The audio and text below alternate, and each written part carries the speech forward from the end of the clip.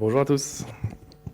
Alors, je vais vous présenter donc la technique de chirurgie ALTK en cas de kératolyse. C'est une technique qui ne date pas de cette année puisque ce dispositif il a été mis au point il y a plusieurs dizaines d'années par Moria.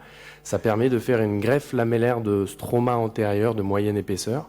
Ça a été supplanté évidemment par la DALC de plus grande épaisseur dans beaucoup d'indications, mais ça garde un intérêt quand on veut découper une lamelle de stroma cornéen et la déposer par-dessus une perte de substance dans un ulcère perforatif. Vous avez ici le cas de ce patient qui s'automédiquait par indocolire sur un trouble chronique de surface oculaire. Il a évolué vers la perforation, comme vous voyez ici, avec une échec de chirurgie par GMA inlay multicouche et une athalamie complète. On décide donc de venir rajouter une lamelle de stroma cornéen directement dans la perte de substance.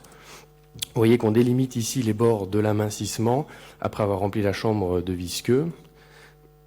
On monte un greffon sur chambre antérieure artificielle dont on vérifie le tonus à l'aide de ce tonomètre à aplanation. On choisit un sabot ici de 300 microns grâce à l'OCT péropératoire qui est d'une bonne aide. Et vous voyez que la turbine va découper une lamelle de 300 microns de stroma. Cette lamelle, on va ensuite tout simplement la déposer par-dessus la cornée et dupliquer par effet calque les bords de l'amincissement. On découpe au couteau 15 puis au Vanas. Quand l'amincissement est très rond, on peut utiliser un trépan. Et en déposant ensuite directement par-dessus la perte de substance, on suture au nylon 10-0. Il faut faire attention simplement à ce qu'il n'y ait pas de superposition du greffon par-dessus de la cornée saine, puisque l'effet double épaisseur entraîne un retard de cicatrisation. C'est un petit peu trop épais pour l'épithélium s'il y a la double épaisseur. Donc c'est l'inverse d'une GMA inlay, il vaut mieux viser un petit peu court sur le diamètre dans ces cas-là. Et donc vous voyez, l'OCT permet de vérifier quand même la bonne congruence, c'est toujours plus agréable en péropératoire. Une GMA lyophilisée en fin d'intervention pour favoriser la cicatrisation. Vous avez ici le résultat post-opératoire avec une bonne tenue de la chambre antérieure, une bonne congruence du greffon de la lamelle dans l'amincissement.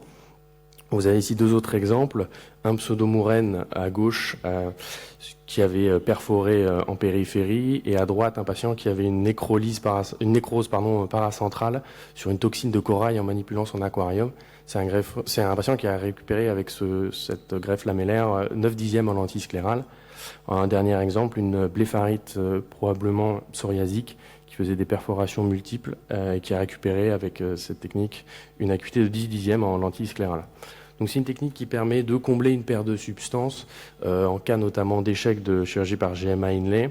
Elle permet de retarder la greffe à visée réfractive et dans certains cas même de donner une acuité satisfaisante en lentille sclérale. Elle a l'avantage aussi d'être disponible assez facilement en urgence si vous êtes dans un centre de greffe, puisqu'il suffit de prendre un greffon, un reliquat de greffon de 10 mèques.